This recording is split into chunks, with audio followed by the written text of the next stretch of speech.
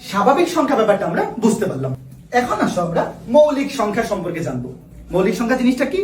যে সকল সংখ্যার ওয়ান এবং ওই সংখ্যাটা ব্যতীত আর কোনো উৎপাদক নাই তাদেরকে মৌলিক সংখ্যা বলে। যেমন 3, 5, 7 ইত্যাদি।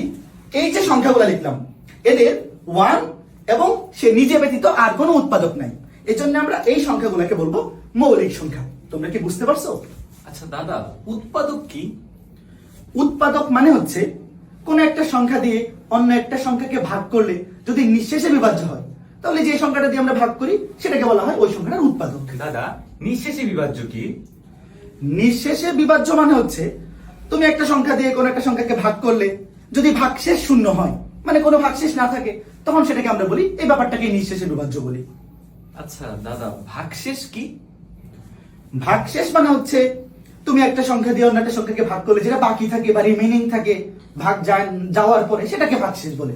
বুঝতে পারছো কি? দাদা, শুরু থেকে আবার একটু রিক্যাপ করেন না প্লিজ, মাথা উল্লাই যাচ্ছে।